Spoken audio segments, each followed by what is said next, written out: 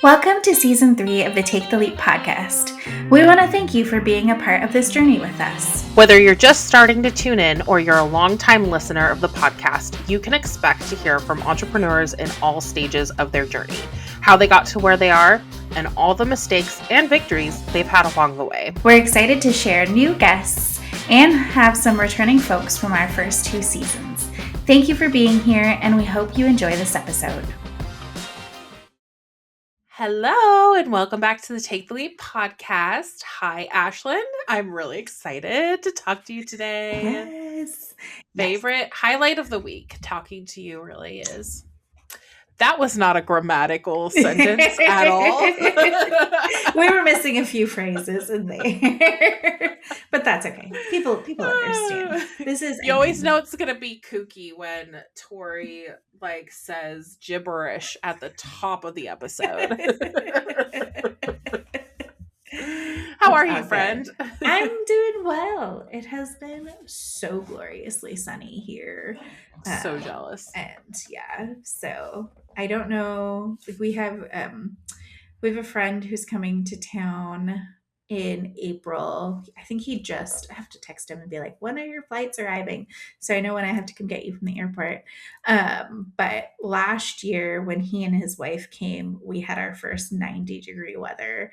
And that was it basically jumped straight from 70 to 90 in a space of a couple weeks. And then so now I'm like, is it gonna be almost 100 when he's here this time? Because last year they came around April 11th or 12th, somewhere in that time frame. And the music festival that he's coming for this year is April 25th. So he's coming a little later, which I do think it was really hot by that time. So yeah, John and I are not trying to freak out about how warm that day is going to be and how much water we are going to have to buy. Yeah. So, but I'm hoping maybe they have shade. I don't know. Fingers crossed. But we get to see System of a Down and Evanescence. Ooh. And all these older bands. I feel like it's all the the millennial bands are coming. So it's a whole rock music festival from 11 a.m. to midnight. So exciting. It's super fun. I'm super jealous that you are basically heading towards that summer weather. Yeah, it's coming fast. It is not normal. It is so not normal for this time of year. So anyways, how are you? I know you guys are getting sunnier. I'm good. We're getting somewhat sunny weather, and today it heated up a bit, and that was nice.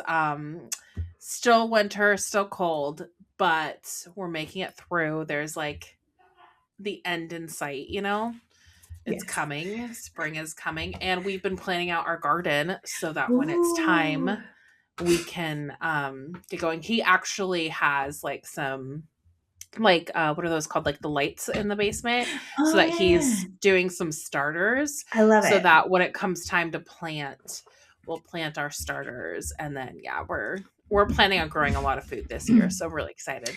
I love that. Are you working with Dusty to get foodstuffs? I haven't yet, but I want to. So I need to reach out to her. Yeah. Oh, awesome. Justin's the one that's really taking the lead. I'm just I want to reap the rewards without actually putting in the effort. And he's nerding out about it. So I'm just letting him run with that. I'll learn how to can stuff and preserve food. That's where I think I would have fun versus the actual growing part. In the gardening. Yeah. Who knows? Maybe he can get Danny to be very active in the dirt. I bet he could, because Danny, let me tell you, we don't have a garden at the moment, and Danny's out in that dirt a lot. So at least it will be productive dirt time. Exactly. Well, I'm really excited to chat with you. Our conversation earlier in the week, well, we recorded it earlier, but our podcast episode earlier in the week was with our guest Liz Ruff, and talking to her was incredible. First of all, I made fast friends with her. mostly bonding over books, so that was exciting. Yes. And also, I just really felt like personality-wise and just, like, the way she runs her business is very similar to the Does. way you and I Mm-hmm. operate, and she's very down to earth, and, she the cool thing is she started her business for the same reason that a lot of people do, which is she started exploring entrepreneurship because she had such a demanding role elsewhere, and she was really burning out and really wanted to create life on her own terms, which I think is Mm-hmm. a very common story. Yeah. Of course, there's like that meme, that joke of like, I left my 9 to 5 just to work 24/7, Mm-hmm. which can be true, True. right? Especially in the beginning when you're first starting out, but there is a difference when you're working for yourself. I guess it's different for everybody, Yeah. right? Like there might be some people who go into it and hate entrepreneurship, but if you're doing what you love to do and you're doing it for yourself and you're creating your own rules and your own expectations, there's that does something different to your nervous system than having a boss who's demanding that you work 40, 50 hours a week for them. Mm-hmm. And so I think that's like a really important thing to remember. But yeah, I mean, I know you kind of felt a similar way, like you were very under resourced and understaffed and not appreciated when Totally. you started your own business too.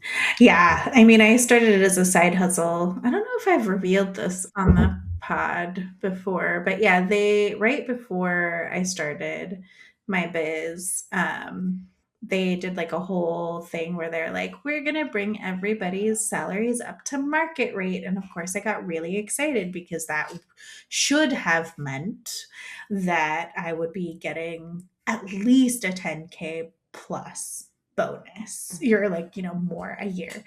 Yeah, they gave us a 3% raise. And then we weren't getting any merit increases. So I get really pissed because I was like, that's basically a cost of living adjustment. Like that was what That's not a that's just bringing what it to market inflation, rate. yeah, Yeah. that was just like an inflation adjustment for the year. And it's hard. At the time I was working at a nonprofit and I was like seeing how many millions of dollars that they were raising, and what was not going to the folks, who were doing a lot of the work. And yeah, I mean, anytime you think about like how some corporate roles are structured, it's usually not one person who's managing like the website and the social media and the email marketing. And like, yes, we had a team and there was a lot of people who like approved stuff, but still it was falling a lot to me to do a lot of that content creation. And then just having a lot of it get like shredded or like sent back to me to redo. And I'm like, dude, I like have zero time, to be doing that much extra work and effort. And then the other thing too was, I feel like I'm now just on a complaint train about this, but the other thing too was that they were very much like, no, you should only be working like your 8 hour day. We believe in like, people's well-being. And I'm like, yeah, if you're not resourcing people and making sure their workload is at the capacity to do that, then that's not fair to be like, Yeah. we want you to have work life balance Yeah. as well. They weren't So walking the walk. They were just saying definitely, what you wanted to hear. totally, totally. Yeah. It's a bummer. Well, and it is a reason for so many entrepreneurs to get started because in Mhm. their minds they can create a better life for themselves, and a lot of entrepreneurs do. Yeah. And so I love that. And the other thing that we kind of talked about was how entrepreneurship is just kind of like this constant reinvention Mhm. of yourself, like you're adapting to market shifts, you're reprioritizing projects and clients and things as they come up, and funding realities kind of change maybe per quarter or every single year, and honestly just outside factors that you can't control, changes in your industry, changes in technology, changes in government. Obviously last year held some pretty significant changes in business due to all the changes that happened at the government level. And Mhm. so I think it's important to know when you're thinking about going into entrepreneurship that you're going to be dealing with a lot of changes. Like this isn't, a lot of the times things aren't going to stay the same and you aren't going to stay the same. I mean, if you do, it's very unlikely that you're going to be Successful. successful, right? Totally. Yeah. I mean, if you had told me when I started my business in January of 2021, I think you and Justin were like traveling around in the fifth wheel Yeah. and we were doing like our accountability huddles Mhm. and stuff like that. Like if you told me that we were going to start a podcast, that we were going to be this many episodes in, that we were going to make a course, like I would have been like, what the fuck are you talking about? Like, are you serious right now? And so, yeah, I think that we obviously have gone through many different iterations and it has just been really fun. And, you wouldn't be able to get this in like like a normal 9 to 5 job. Like I know that one of the things that I was always trying to do in my work 9 to 5 was just to be able to do different work. Like I love the variety and the breadth of stuff that I get to do. I was talking to somebody who's in a business community that I'm part of here in Vegas, and she's like, "Ashlyn, I want you to be doing less of the doing and more of the strategy and like being out of your business." And I was like, "Nah, my love is of the execution side of things." I was like, I can do the strategy, but I was like, I think I would slowly die inside if I didn't get to do the the fun things and the fun projects that I get to do. Or I don't mind mindless copy pasting or like fixing URLs for a website build. Like those things, I need both the little brain things and the big brain things to feel fulfilled. Because sometimes if you just sit in like strategy or planning and never do the actual doing, I just know that I personally don't feel productive unless I've gotten my Right. hands dirty into something. So yeah, Yeah. and knowing that that is something important for me is going to keep me knowing that that is a space that I'm going to have in my business for myself moving forward and not to feel guilty about it as Yeah. well. Yeah. Yeah. Yeah. There's so many changes, and I think Yeah. it's important. Yeah. Yeah. Um, oh, and the other so, like, just kind of transitioning that a little bit because we talked also a lot about nonprofits because Mhm. she works with a lot of nonprofits. You and I work a lot with words, a lot with nonprofits. So I think it just kind of naturally came into the conversation, and kind of one of the things, like, we talked to her about and asked her about was, kind of what are nonprofits doing this year, or this past year, and like what are kind of some of the things that they're facing right now. And she said this thing that we've been kind of talking about, which is that they're kind of really in a catch-22 of budget cuts are impacting nonprofits in a way where they are cutting back on teams and resources. And a lot of these nonprofits were already very underfunded as they were beforehand. And so now this is exactly when storytelling and fundraising needs to get stronger. Mhm. But they also don't have a lot of the same resources that they did before. So right now, nonprofits and I would say small businesses too. I think it's at a different level, but I think we're having to get scrappier and we're having to get creative, but I think most of all we're having to get resourceful, Yeah. right? Like it's when I work with clients right now, one of the biggest things I like to stress is that there is no possible way for you as a solo entrepreneur or a person with a very small team. There's no way for you to do it all. Like, yeah, I could Mhm. give you a marketing plan that has best practice tips from everyone and how you should be on X number of platforms, posting this number of times a day, sending out an email once a week, doing this. But at the end of the day, I know that's not realistic for you to complete. You know that's not realistic. You have more to do than just the marketing. Mhm. How can we simplify and prioritize and be as resourceful as possible? And I think the companies that are actually thinking that way and the nonprofits that are actually thinking that way are the ones that are actually going to make it through and get ahead while we're Yeah. in kind of these uncertain times. Hmm. Yeah, because if you overload people when they don't have the capacity, everything just gets worse. Like I'm actually Exactly. having that conversation with a client right now that I do social media with. She wants to be on everything every day of the week, which you and I are not about that. But I was like, I can absolutely make posts for you on every platform every day of the week. You are not paying me for engaging on those platforms. So I'm like, so if you're not responding to people on threads, we just shouldn't be there because that's really, Right. like a conversational platform, and kind of the same thing on TikTok. So yeah, but we're now going through and like looking at the data, and I'm just trying to get her to realize that like that might not be where your people are. We should go deeper on fewer platforms, instead of going broader and having that visibility, as well. So yeah, that's something that I'm definitely working on with a lot of folks is like, where are the right places for you to show up?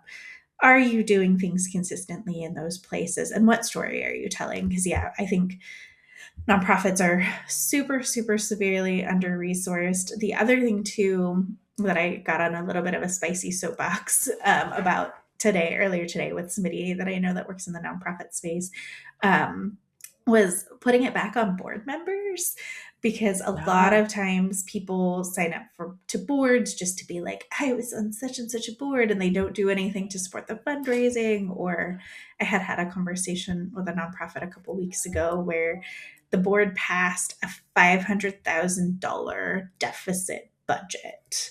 And I was chatting with two folks that work there, and they're like, Ashlyn, what are we supposed to do? And I was like, well, how much have you ever raised in the past? And they're like, 300,000.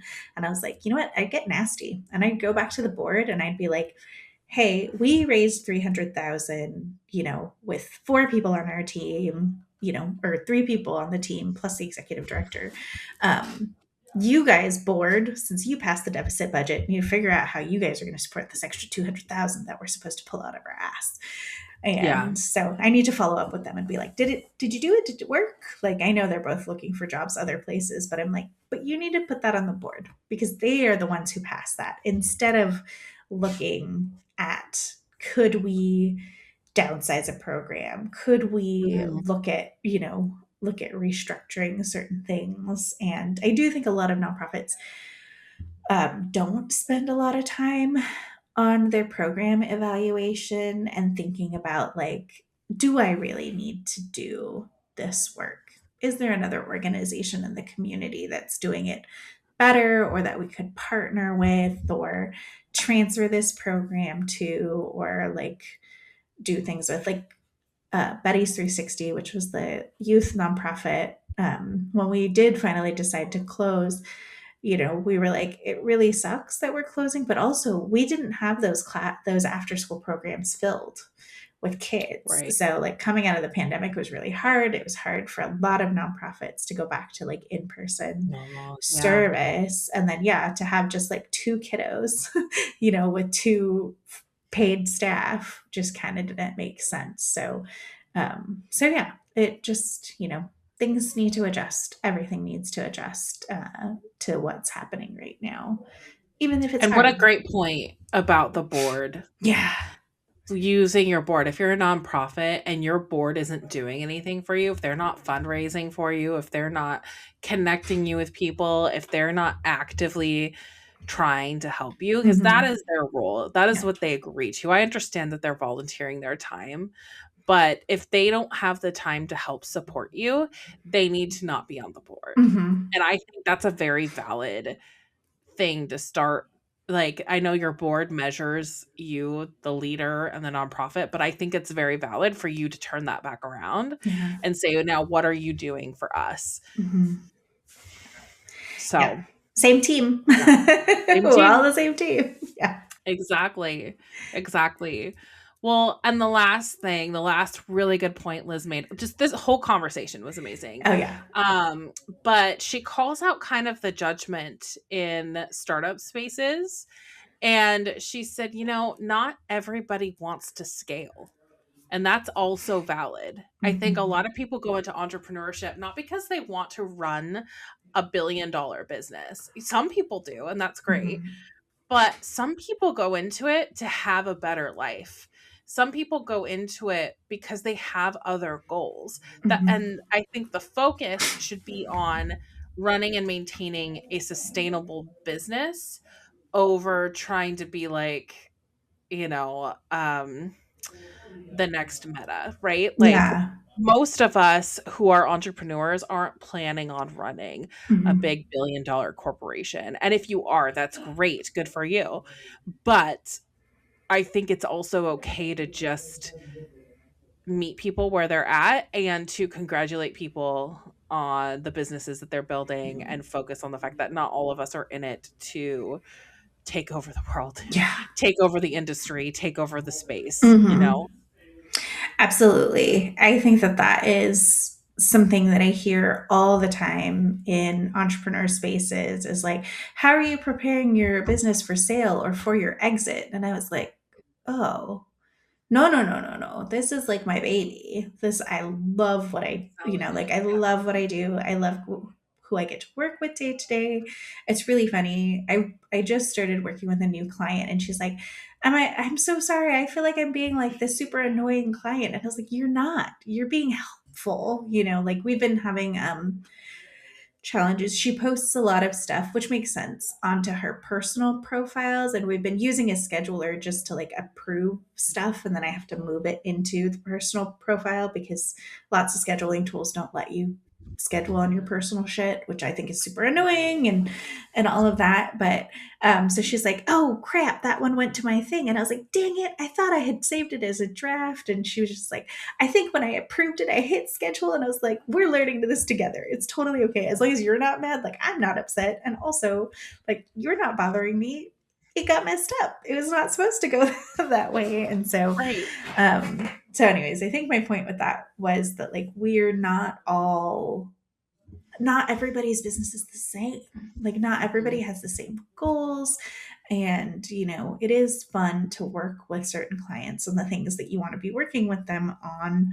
And that's okay. But yeah, I've noticed a lot of like male dominated spaces. They're just like, you got to scale it so you can just sell it for 2 million and then you can move on to your next thing. And I'm like, after investing this much time in like the thing that I'm doing and growing, like, no, I don't want to leave it behind. I really Yeah. enjoy, pouring my life into what I do. So yeah, it's definitely Absolutely. it's definitely something I think people who are going to entrepreneurship need to hear. You can build your business whatever way you want. You don't have to listen to nobody. Absolutely. Even us. Absolutely. Even us, but Even thank you for us. listening to us. Yes. I love that. Well, why don't we move on then to our favorite part of these episodes, which is what is your win for the week? What are you excited about? So I'm really excited. We might as well say this out loud that Tori is coming to help me out with stuff in my biz. So yeah, a little bit of scaling, a little bit of recognizing that it's safe to ask for help. Yes. But I also another win is I am getting closer to fully caught up on everything because one of That's my amazing. one of my goals for 2026 is really to show up on my business websites, on my social media, being more visible as well. But I have this little thing in the back of my head where I'm like, if you don't deliver the thing you were supposed to deliver to a client and then they see you on a YouTube, like on a video talking about stuff, are they going to get mad at you? I just need to get that out of my head and just realize that Yeah. it's okay, that you don't always need to be Yeah. doing. So yeah. What about you? That's exciting. What is your win Well, for this week? my win for the week is I've been writing a lot. I've been Ooh. taking a like not a workshop, it's more like one-on-one coaching with Sam, who Sam was a guest on the podcast last season, and it's been amazing. Yay. I've been really creative in my personal life, and it's been like bleeding into my business and other areas. So I'm feeling really good. I felt like I was definitely like in a creative rut before I started working with her, and I'm feeling like that has just kind of opened things up for me. So That's awesome. It's one of the highlights of my week, and I really appreciate that. So Yeah. We have Sam coming back soon, I think, on yeah, the I pod think I was gonna too. say I think she's on the calendar, She's on the so calendar. Yeah. Yeah. I'm excited. Awesome. I'm I'm so glad you're excited. doing that. I did that with her last Me year too. and it was awesome. It was very, very awesome. She's so talented. She's really good Hmm. at what she does. Yeah. So well, now that we talked about our wins, what's your do better for the week? Just in general, keeping up with cleaning. So we had this little John and I had this like little conversation where we're like, do we hire a cleaner? And then I got it in my head where I was just like, you know what? You can take a break and you can clean your house. And yeah, so I'm going to tell him myself, he does the laundry. I'm supposed to fold the laundry. There's a huge pile of baskets of laundry that I need to go and fold. Like that is my part of the bargain. And then like he cleans, he housewives, he cleans, but like I'm talking like deep cleaning. Like I'm actually looking at my microphone. Like there's dust on this sucker that should be like wiped down. So like those deeper cleaning kind Mhm. of days for like the stuff that just piles up, like on the baseboards, that like film of dust and things like Yeah. that. So yeah. So I think we have decided that the first Sunday of every month is going to be a deep clean day, and then we're just I like that. going to That's a good do it idea. together. It'll be on the calendar, so it'll actually happen, and then it doesn't pile up over time I as love that well. idea. Yeah. I love adding it to your routine. Yeah. That's a really good idea. Yeah. Because I feel like it's pie in the sky to be like, I'm going to vacuum every week. I am not going to vacuum every Yeah, week. Like, it's I'm just not not either. realistic. So yeah.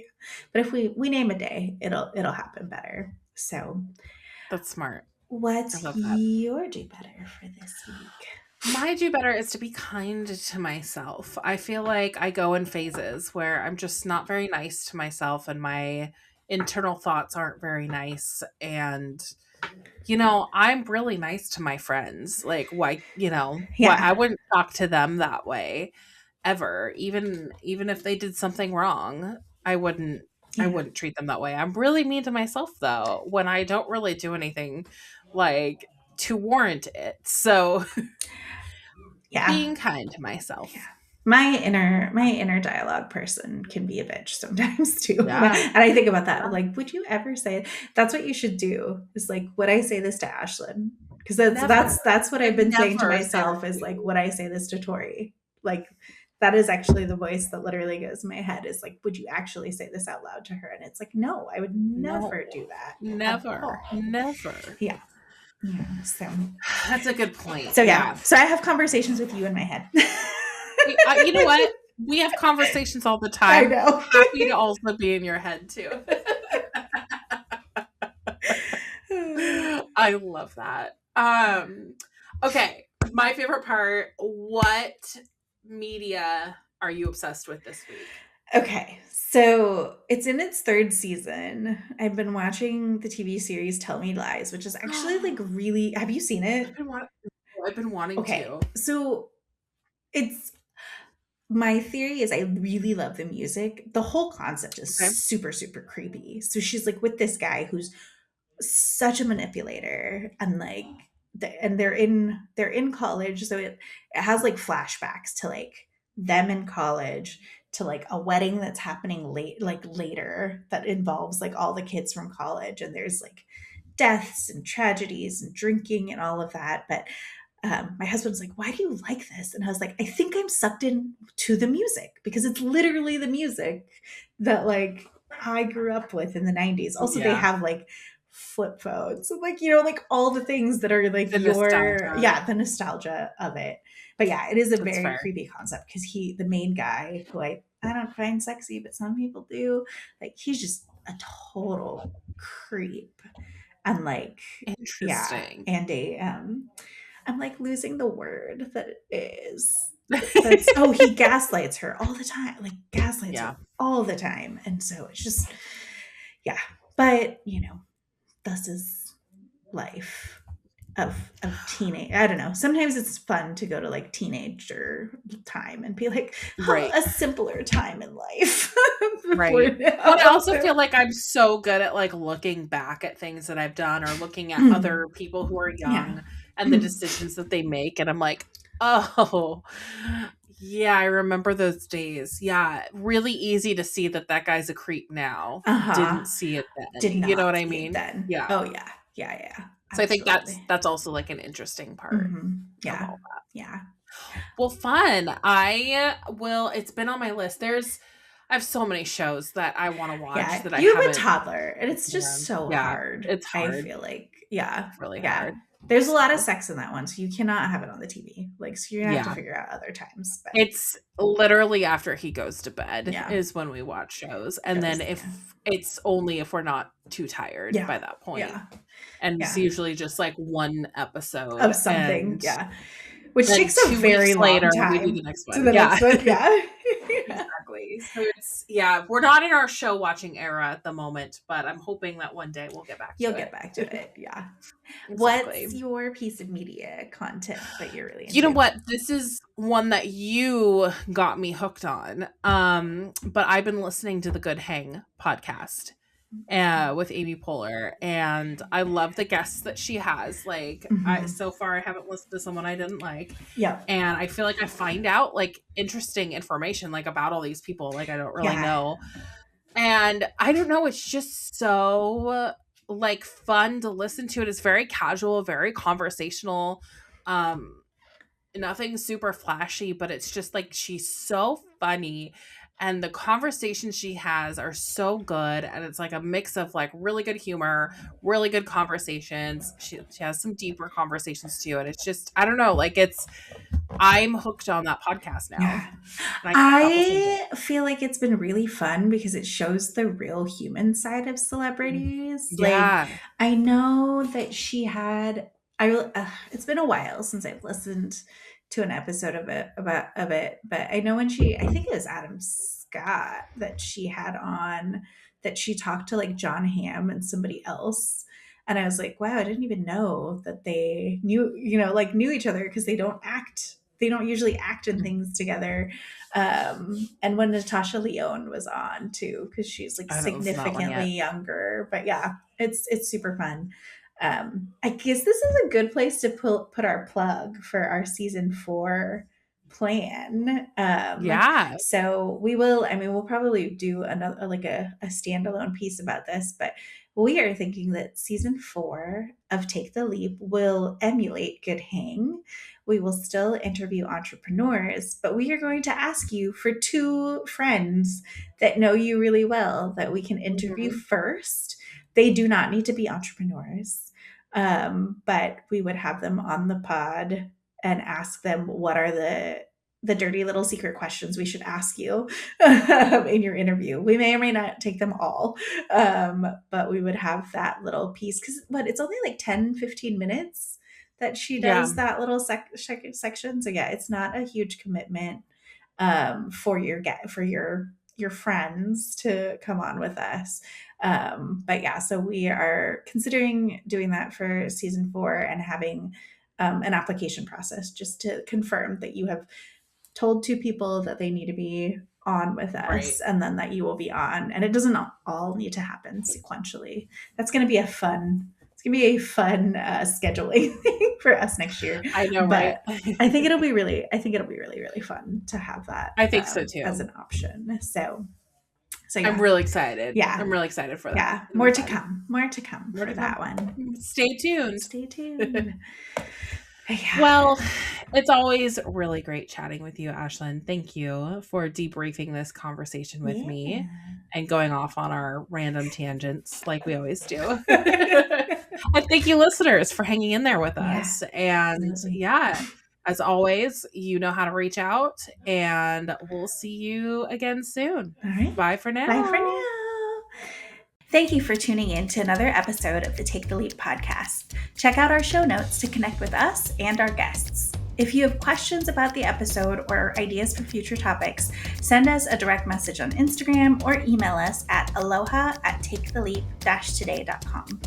If you're interested in being a guest, fill out the guest interest form on our website. If you're a new entrepreneur who is looking for a roadmap to move your business idea forward, check out the Take the Leap course on our website, taketheleap-today.com. Members who join the course also have an opportunity to join us in bi-weekly co-working and group coaching calls to build momentum and work on your business. And if you'd like a flavor of what we offer, sign up for our free webinar with the 9 essential steps you need to launch your business with clarity and confidence. See you next time.